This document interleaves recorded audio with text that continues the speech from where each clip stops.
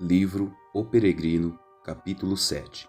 Título: Cristão sobre o desfiladeiro da dificuldade.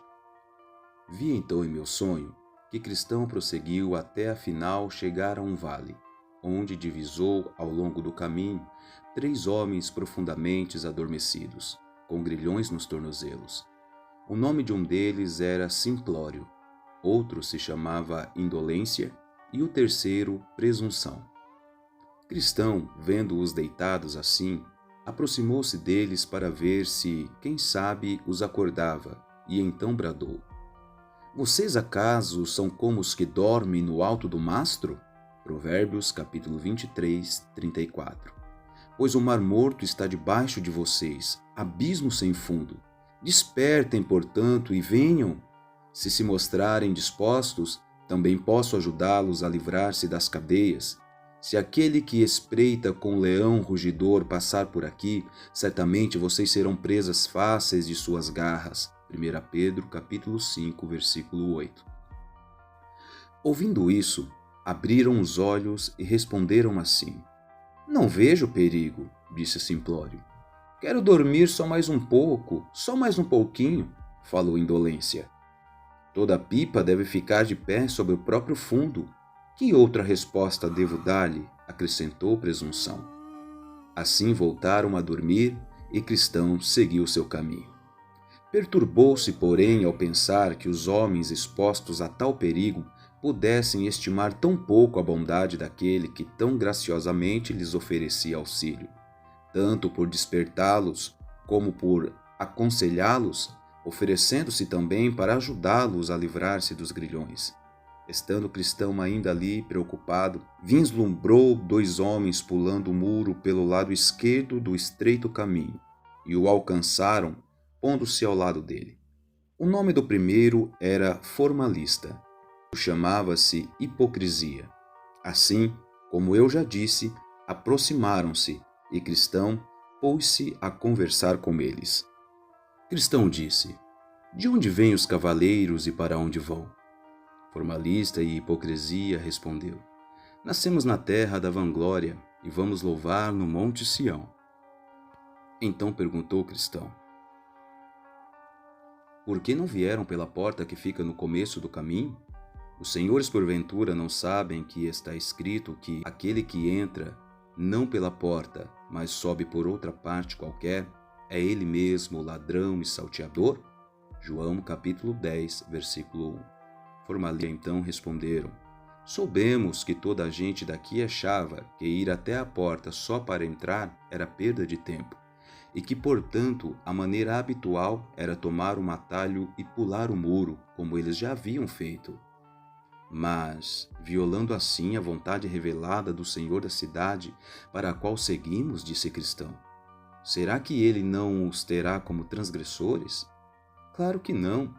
Disseram-lhe que, quanto a isso, eles não precisavam se preocupar, pois o que fizeram é seu costume e podem apresentar testemunho, se necessário for, de que isso já acontece há mais de 1000 anos, Cristão.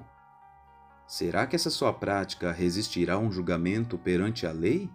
Formalista e Hipocrisia disseram: Bom, este costume, sendo de tão longa data, mais de 1000 anos, sem dúvida seria admitido como ato legal por qualquer juiz imparcial. E além disso, se estamos aqui no caminho, que diferença faz se chegamos por esta ou por aquela entrada? Se estamos aqui, estamos e pronto. Você está no caminho, e pelo jeito entrou pela porta, mas só nós pulamos o muro também, e também estamos no caminho. Em que aspecto, Cristão, é a sua condição melhor do que a nossa? Então Cristão respondeu: Eu caminho segundo a regra do meu mestre. Vocês caminham segundo o rude raciocínio de suas fantasias. Vocês já são tidos como ladrões pelo Senhor do caminho. Portanto, duvido que ao final venham a ser como homens verdadeiros. Entraram por conta própria, sem a orientação dele, e seguirão por conta própria, sem a misericórdia dele. Ouvindo isso, pouco argumentaram. Mandaram apenas que Cristão cuidasse de sua vida. Vi então que Cristão prosseguiu, junto com os homens, cada qual em seu caminho, sem muita conversa. Os 2 homens, porém, disseram a Cristão que não duvidava das leis e mandamentos, mas que os cumpria tão concisamente quanto ele. Logo falaram: Não vemos em que você difere de nós, cristão, senão pela capa que traz às costas, que supomos lhe foi dada por algum de seus vizinhos para esconder a vergonha de sua nudez. Então o cristão respondeu: Por leis e mandamentos vocês não serão salvos, pois não entram pela porta. Quanto a esta capa que trago às costas, sim, me foi dada pelo Senhor do lugar para onde eu vou, como vocês dizem, para cobrir a minha nudez. E a tenho como sinal da bondade dele para comigo, pois antes nada tinha senão trapos. Além do mais, assim me consolo pelo caminho.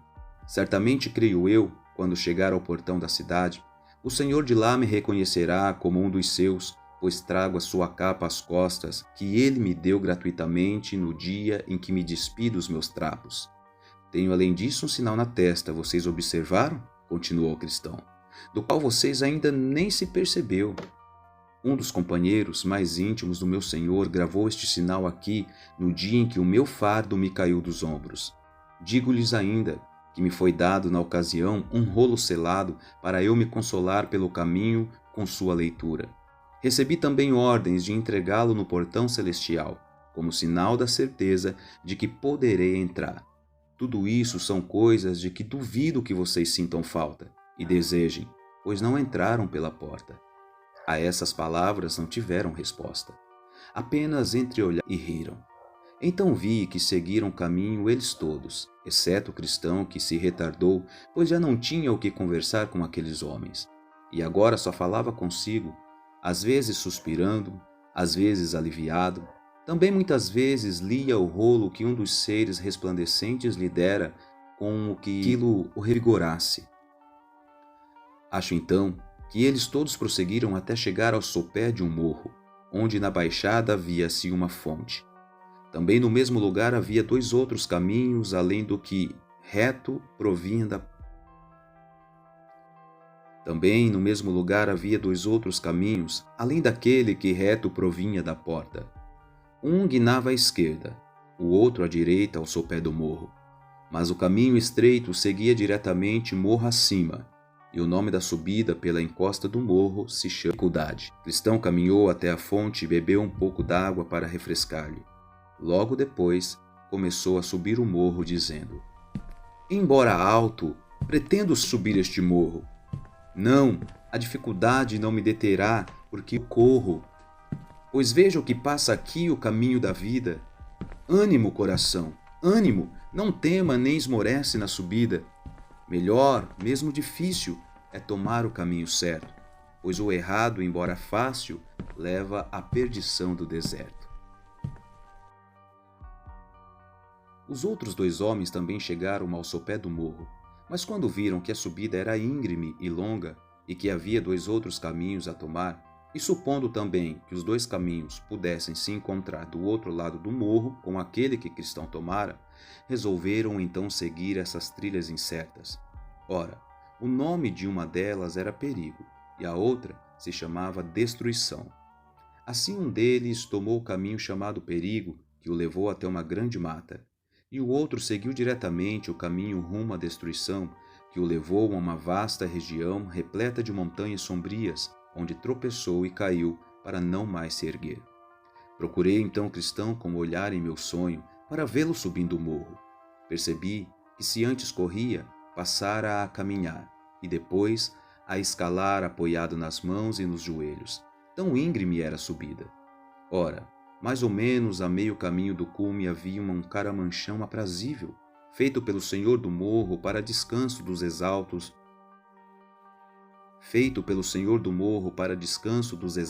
viajantes. Chegando ali, cristão sentou-se para descansar um pouco. Tirou o rolo de que guardara junto ao peito e leu para consolar-se. Passou também a examinar mais detidamente a capa ou veste que recebera diante da cruz, deleitando-se assim um pouco. Afinal, se deixou vencer pelo cansaço e cochilou. Logo caiu em sono profundo, o que o deteve ali até quase a noite. Durante o sono, o rolo lhe caiu das mãos. Mas, estando ainda adormecido, alguém dele se aproximou e o despertou, dizendo: Observe a formiga, preguiçoso. Reflita nos caminhos dela e seja sábio.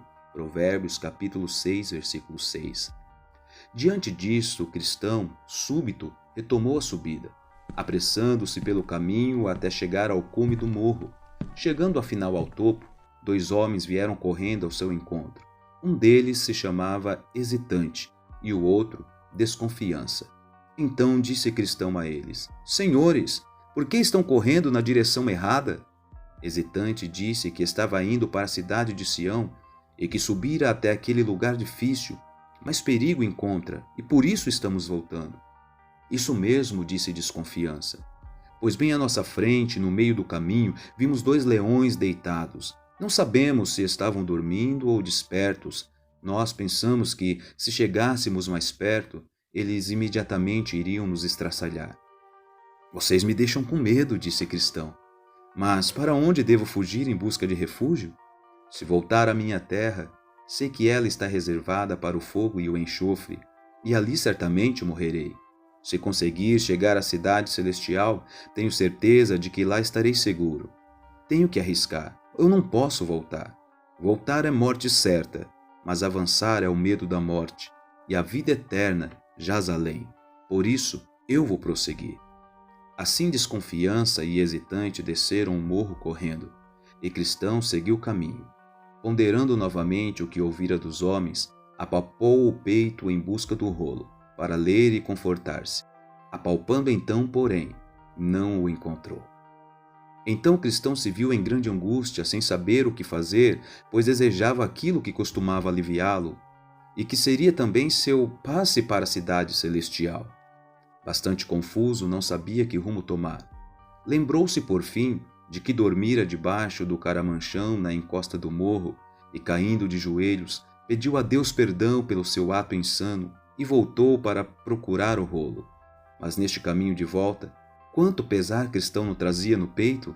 Por vezes suspirava, por vezes chorava e repetidamente se repreendia por ter sido insensato a ponto de adormecer no lugar que foi feito só para breve descanso dos viajantes. Voltou assim tomando o cuidado de esquadrinhar o caminho com os olhos, de um lado e de outro na esperança de achar o rolo que tantas vezes lhe servira de consolo na caminhada. Desceu até novamente enxergar o caramanchão onde se sentara e dormira, mas a visão renovou-lhe o pesar, trazendo-lhe à mente com força redobrada a insensatez de ter adormecido. Descia assim lamentando aquele sono pecaminoso e dizia: Ah, desventurado homem que eu sou! Romanos capítulo 7, verso 24. Por ter dormido durante o dia, por ter dormido em meio à dificuldade, por ter cedido assim ao desejo da minha carne, por ter usado o descanso para aliviar a carne, quando o Senhor do morro o fizera somente para alívio do espírito dos peregrinos. Quantos passos não dei em vão? O mesmo aconteceu com os israelitas por causa do seu pecado, pois foram enviados de volta pelo caminho do Mar Vermelho. Prosseguiu o cristão: Tem agora de trilhar este caminho com pesar, enquanto poderia trilhá-lo com alegria, se não fora este sono pecaminoso. Quanto já não poderia ter avançado do caminho em todo esse tempo? Tenho de repisar os mesmos passos por 3 vezes, caminho que podia ter trilhado uma única vez. Sim, agora é provável também que a noite me apanhe, pois o dia está quase no fim. Ah, quem dera não tivesse dormido! Afinal alcançou novamente o caramanchão, onde por algum tempo ficou sentado chorando. Mas afinal, como tanto ansiava, olhando pesorosamente debaixo do banco, ali enxergou o rolo, que logo pegou com afã e tremor, guardando-o novamente junto ao peito. Quem saberia dizer quantas alegrias não sentia este homem por recuperar o rolo? Pois era certeza de vida e garantia de aceitação no desejo. no desejado céu. Assim, guardou-o junto ao peito, deu graças a Deus por ter guiado seu olhar ao lugar onde estava e, com alegria e lágrimas, retomou a jornada. Mas com que ligeireza ele subiu o caminho até o cume! Porém, antes de lá chegar, o sol já se pusera, e isso o fez lembrar a futilidade do seu sono, e assim novamente se pôs a condoer-se. Eu não acredito, sono pecaminoso. Por sua causa, então, uma noite me surpreende no meio da jornada. Tenho que prosseguir sem o sol. As trevas devem cobrir os meus passos e ouvirei lúgubres ruídos das criaturas da noite. Tudo por causa desse sono pecaminoso. Agora também se lembrava da história que desconfiança e hesitante lhe havia contado. O quanto se apavoraram ao ver os leões. Então novamente pensou Cristão consigo. Esses animais saem à noite em busca de presas, e se me encontrarem no escuro, como poderei escapar? Como evitar ser estraçalhado por eles? Assim, seguiu seu caminho, mas enquanto lamentava seu deplorável deslize, ergueu os olhos, e eis que diante dele, bem ao lado do caminho, erguia-se um palácio muito imponente, e o seu nome era o Palácio Belo.